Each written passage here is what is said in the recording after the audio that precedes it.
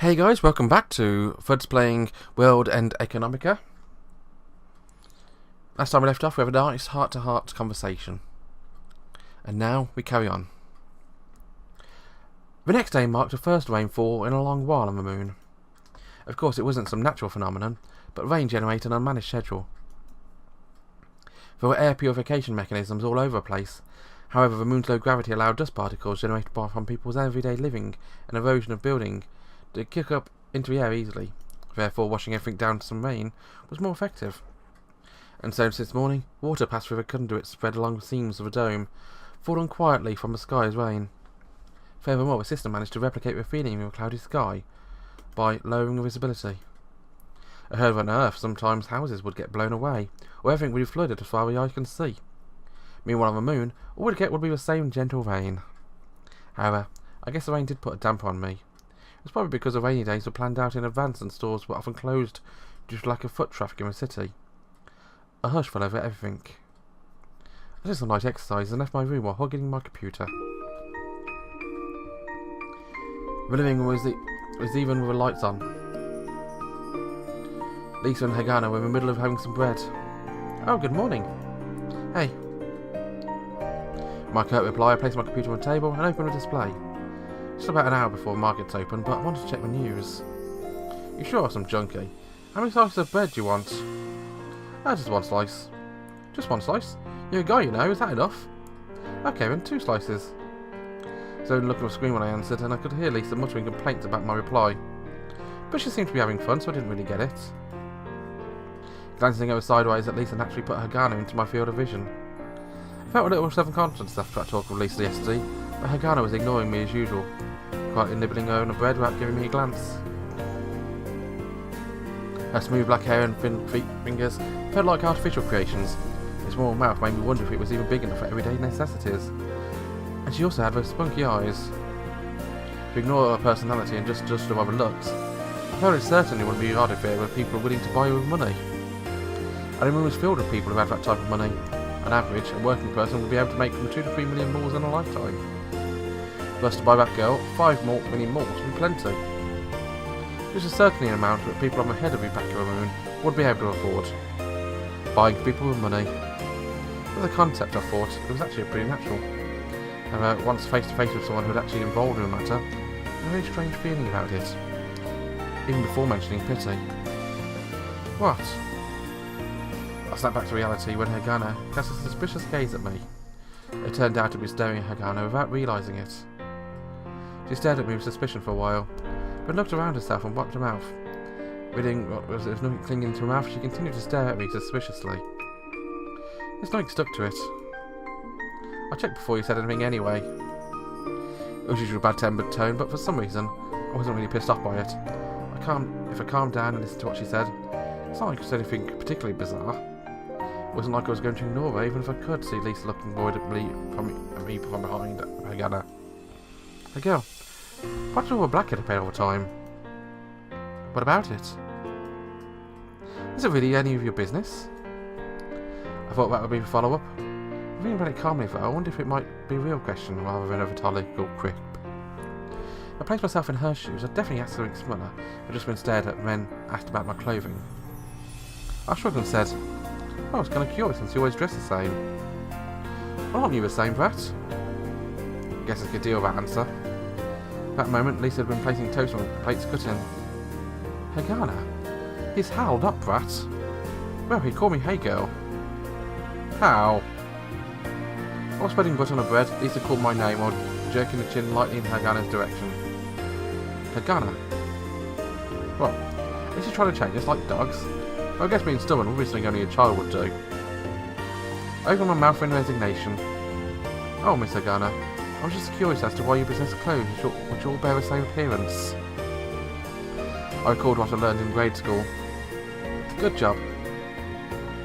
Lisa replied like a teacher. Okay, Hagana. Lisa turned towards Hagana, and Hagana was surprisingly hesitant. I felt like she'd been looking back and forth between my face and Lisa's at least twice now. The hesitant Hagana was like a little animal who had been squirted with a water bottle.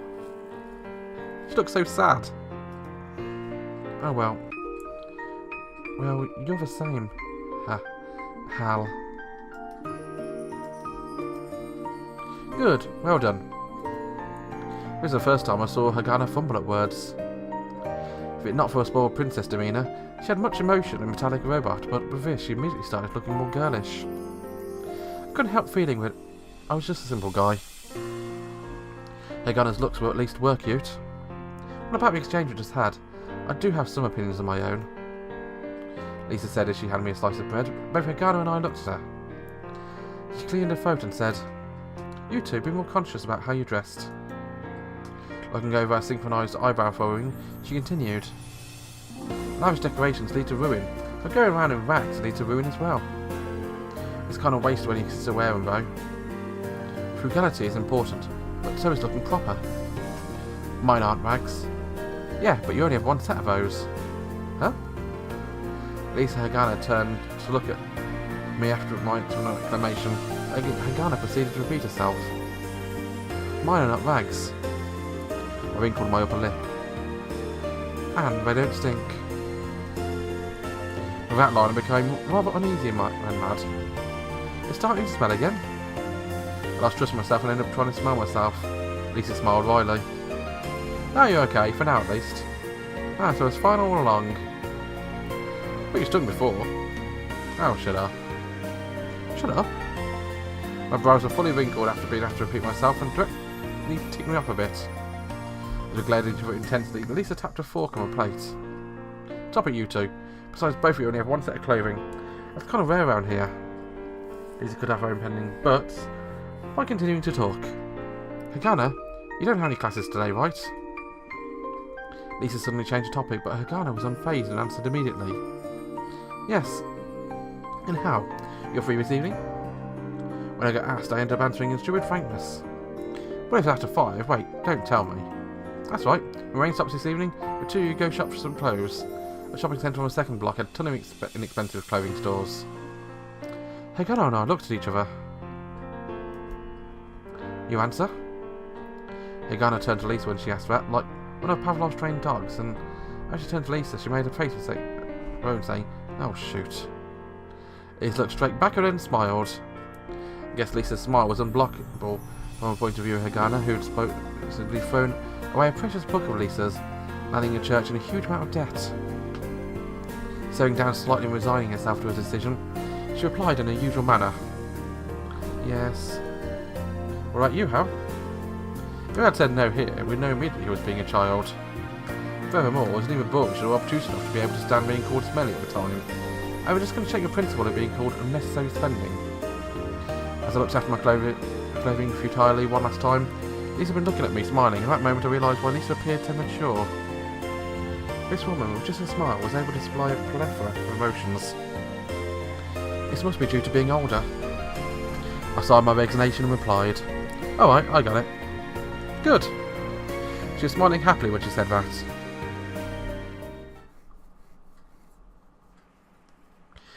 Maybe due to the weather, but the markets today didn't really have any particular momentum, making my job difficult. Stocks could only move either up or down, so on a day where there was no clear direction of movement, trading strategies that I usually used yielded nothing for me to do.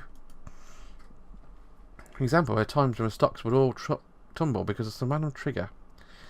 As a result of my gluing my eyes to my news, I realised that it didn't really matter what triggered it. It might be, for example, a large enterprise's fiscal reports were bad, or a politician of a developed country was caught in some immoral scandal, or perhaps that planets had aligned. I knew that on those days it didn't matter whether a particular company had good earnings or bad earnings, its stock would get dragged down in price anyway. Hence, on those days, I watched a display about trading seeking out stocks had been dragged down by the general sentiment of the market. It's strange when on those days when stocks would fall for some random trivial reason, I always see people selling off as the world were ending soon. These cowards would sell off that day, they would totally run value next. On the other hand, when markets were on a bull run, it became a chaotic festival with all people selling and buying stocks one after the other. But on dull days like this, if I could buy some stocks for 10 moors, and it remained at 10 moors the rest of the day. If it did that, I'd definitely lose that out due to recommissions. I was scooping out the situation during morning trading, but it looked like it was going to take me like this for a whole day. On these days, I forced myself to do some trading, and I ended up losing in the end. Even disregarding that, my recent losses started standing out. So I didn't push myself and decided to close the computer. But man, the vein. It was dark outside and the drizzle continued. Outside my window was a narrow alley, so no one passed by. Shutting down the computer made the room silent except for the sound of raindrops in the ground under the eaves. Again, I should be my next room over, but it was silent as usual. Wonder what I should do. This is a problem once I decided not to trade for the day, and I ended up not being able to figure out what to do. Anyway, I decided to leave my room and walk down the dimmed hallway towards the living room. Entering the living room, I saw Lisa reading a book while sitting on a shabby sofa. Oh? I guess Lisa must have noticed my footsteps as she turned towards me.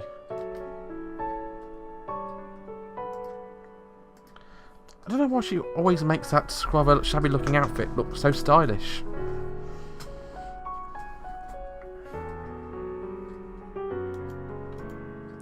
I didn't answer immediately and instead took some orange juice from her fridge and poured it into a cup. Would have probably been more authentic if we were some middle class family from a white belt, but around here, the orange juice was just some orange coloured sweet tasting chemical concoction. Not working on the computer today? Can't get in the mood. Oh yeah, well I guess you do have those days. Lisa wasn't particularly interested and returned to reading a book. It wasn't some digitised version, but the real deal. When her slender fingers flipped a page, it made an unreliable sound. What are you reading? Huh? Lisa looked at me and paused for a second. It looks like she was thinking about how to answer my question. It's a very old book. You totally wouldn't get. Of course, that totally wouldn't get was her mimicking me. When I made a face, she turned back her book, her shoulders taking amusement like a child's. Freezes a golden bow. What? It's a book of religious stories from all over the world, collected by some curious Englishmen more than 100 years ago. On rainy days, I start wanting to read this for some reason. Lisa flipped the pages again while talking. Is it interesting? Oh well, the book itself isn't present any clear conclusions. And to be honest, there's a ton of falsehoods in here as well. However, it's a distillation of millennia of human culture, so... At that point, Lisa stopped to press her face into a page as if she were savouring the scent of a book. Perhaps it's just as appropriate for a Christian like me to be reading this book whilst it's raining on the moon. Totally not getting it. Well, saying this shouldn't be estimate the world. I got the feeling she dodged a question, treating me like a kid again, and I scratched my head lightly. So in the end, it's just an elegant way of passing time, right? Exactly. A simple reply actually made it more uninteresting. In other words, it was pretty stupid to continue, and I heaved a sigh. Speaking of which, you sure look bored. I guess. My goodness, a proper young person being idle isn't a good thing. On days like this, it's best to stay put. Well, I agree with that, but there is a problem. A problem? Of course there is. It's unhealthy for a young man to immediately listlessly wander around all day. Well, there really isn't anything for me to do, so what shall I be doing? It's nothing. What are you going to suggest? I should go study or something? Lisa smiled with a troubled face. Do I look like the type of person to say that? Surprisingly, no. She laughed at my response. You don't have any hobbies other than doing your computer thing. Hobbies? I followed my brows instinctively and shot back a reply. Hobby? You're calling this a hobby? Don't tell me you actually don't have anything else. What? I kind of shrank back from Lisa's serious gaze. No problem with that. Oh? I totally don't have any time for no hobbies. I said that from the bottom of my heart, but it ended up sounding like an excuse. I needed to win at the stock market to survive. I needed to excel at the stock market for my dreams. If there was one thing I lived for, I couldn't imagine it being anything other than standing from where no one had stood before. I had no time to do leisurely things that like Lisa would do, like passing the time reading useless books from annals of history. It was true that currently I had nothing to do and was just wandering around. That was because trading unexpectedly not going too well. Well, if you're okay with it, it's fine, I guess. After staring at me for a few moments, she returned to her book. Part of me wasn't quite satisfied with something, but I couldn't pinpoint what. Unable to figure it out, I continued to stare at Lisa, who turned a page and said, "Well, if you know the saying, man does not live by bread alone." What? I responded in earnest because I actually didn't understand what Lisa didn't give me a reply. She was deep into a book, as if it simply disappeared. I guess it's some book more than a century old about the gods of Earth filled with mountain of lies.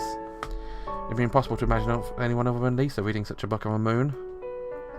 It's not like it would be a hobby as pure as this. Usually I'd just write it off as some idiot wasting their precious life on useless things, but right now it felt as if I were on the losing side for some reason. I was not mistaken to dedicate my daily life to stock trading, and right now it was a good reason for not trying to push myself to a trade. However, I felt uneasy getting that feeling that I would be very mistaken to simply stand here. But it is true that I simply wasn't in the mood today. It was a pain to search for his stocks even though I decided not to trade today, so I also didn't want to return to my room with my computer. One of my feeling like crap was also a product of a rain. As I was staring out my window, I heard a soft pam. Looked at me. This is direction of a strange sound. I noticed as Lisa had closed the book.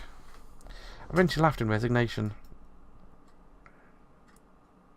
Oh well, big sis Lisa here will play with you. Well, it's not like I was asking for that. Oh really? With that, she simply pulled back. I was actually happy inside about her offer, but I regretted my childishness. However, Lisa was apparently able to sense my actual feelings and see through my act. Then she chuckled and stared at me leisurely. Boys sure are stubborn. Ugh. It was true I didn't have any clue what I should do in my spare time. And besides, if I came pig-headed here, I'd totally pass out thinking about my stupidity later. But it was on the level where I could just say, "Hey, let's play." I was hesitant for a bit, then conflicted. Finally, I ended up announcing my surrender with a sigh. I wanted to at least stress that I was going to go along with this because I had no other options. So what should we do? Since you have a computer, want to play some games? Or maybe we should bake some cookies. Cookies? Oh, you want to make some cookies? That means I can have some later, so let's do that. Well, it's not. Anyway, I voiced my complaints. It didn't reach Lisa's ears. She got up from the sofa, performed a big stretch towards the ceiling. It's been a while. I wonder if he's still any good at baking gum. Oh well. I gave up and looked at Lisa. Well, let's start with some cleanup, and then we'll gather your ingredients. It'd be okay to rush past that if we were making something else, but with sweets, preparation and process is quite important. Oh yeah? If we're going to do it, might as well make some fantastic cookies. Yep, she sure looked like a school teacher.